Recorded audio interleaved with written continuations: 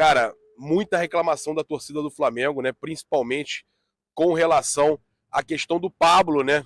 Primeiro, mais cedo a gente trouxe a reclamação da torcida com relação à questão do Igor Coronado, do Braz, até o Antônio Tabet, vários perfis grandes reclamando do Flamengo ignorar, né, o Igor Coronado, dizer que não interessa e está procurando, né, fez de tudo para contratar o Evander, queria pagar até 10 milhões de dólares no Evander, né, junto lá à equipe da MLS.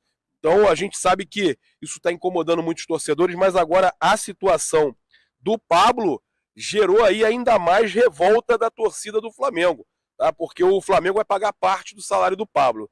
E nessa daí, eu vou ter até que defender um pouco a decisão.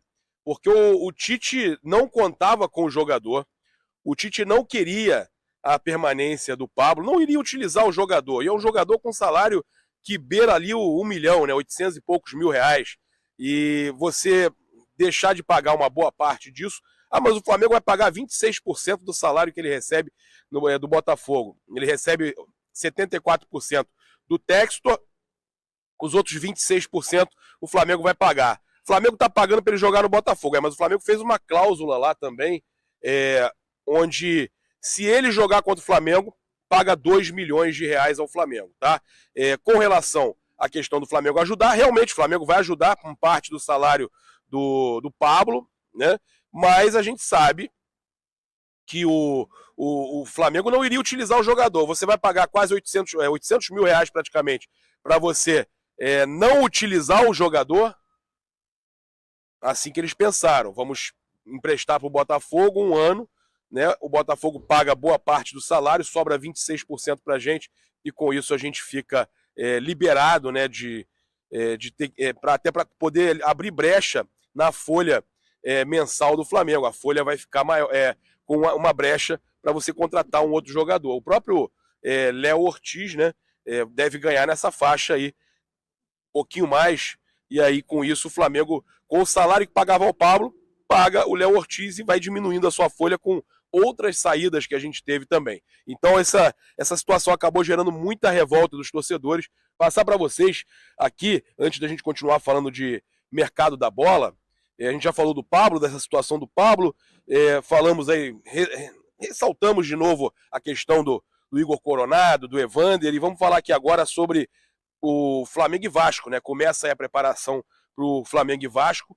jogo de domingo, e aí a Ferge está realizando, neste momento que eu estou gravando esse vídeo, uma reunião com os representantes de Flamengo e Vasco para definir a equipe de arbitragem do clássico do próximo domingo, tá? Então, o Cacau Cota, né, o diretor de Relações Externas, é o responsável, está de volta,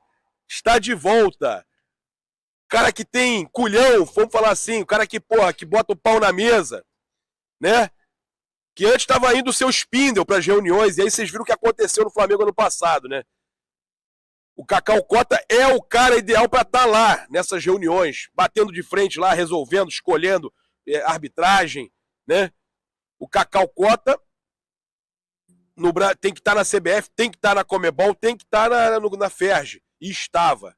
Tá lá, na verdade, ainda enquanto a gente grava esse vídeo, reunido na Ferge, ele representando o Flamengo, a reunião aí. Também tem a questão, né, da reunião de hoje, né, do Braz e do Spindle, lá com o Red Bull Bragantino, sobrou, aí quando eles não podem, sobra pro Cacau, né, Cacau. Tem que manter, meu irmão. Não adianta só quando vocês não podem, não. Tem que manter. O cara que pra ir pra reunião tem que ser o Cacau. É ele que dava certo sempre, tá? E aí a escolha da arbitragem, né, agora é em consenso que essa escolha acontece com Flamengo e Vasco, e o Cacau, pelo Flamengo, acabou aceitando, e eles chegaram num denominador comum, e após a reunião, então, ficou definido que o árbitro é o Wagner do Nascimento Magalhães, e aí o VAR vai ficar no comando do Bruno Arleu de Araújo, tá? Então, informação aí para vocês com relação ao jogo, a arbitragem, então, com um acordo entre os dois clubes, né?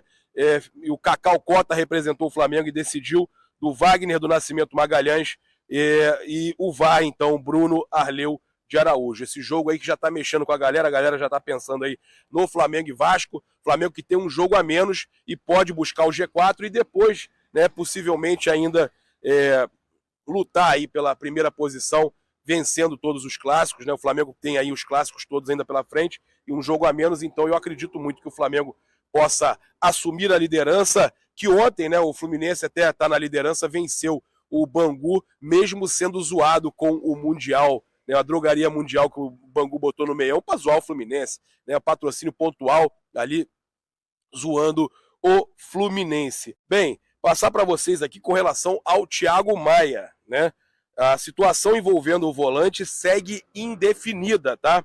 O Flamengo já deixou claro que deseja negociar o jogador por um valor de cerca de 4 milhões de euros e o Internacional, por sua vez, assinou com um valor somente pouco acima de 2 milhões de euros e ainda não agradou o Flamengo, tá? Então, segundo o Vene Casagrande, o Internacional já fez contatos iniciais com um plano B para a posição, o Matheus Rossetto, né, que está livre no mercado. O Thiago Maia sequer viajou com a equipe rubro-negra para os Estados Unidos por conta das negociações com o clube, né, com o Colorado.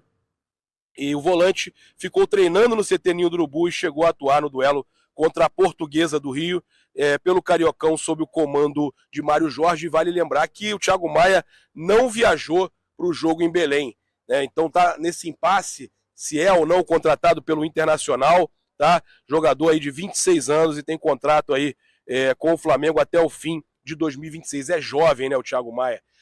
Vive um momento ruim, mas se não sair, cara, tem que dar oportunidade. Eu ainda acho que é um bom jogador. É um bom jogador. Sei que o pessoal tá com birra do Thiago Maia, mas eu acho o Thiago Maia um bom jogador. Já fez boas partidas pelo Flamengo. É um jogador diferenciado, cara.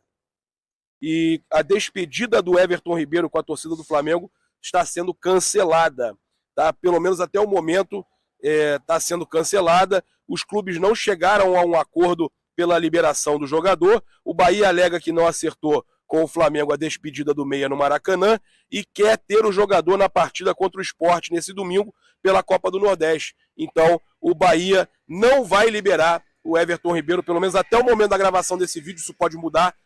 O Bahia não quer liberar o Everton Ribeiro para uma despedida. E eu posso ser sincero com vocês, eu não acho isso legal. Ele não encerrou a carreira. Ele foi para outra equipe da primeira divisão do Brasileirão.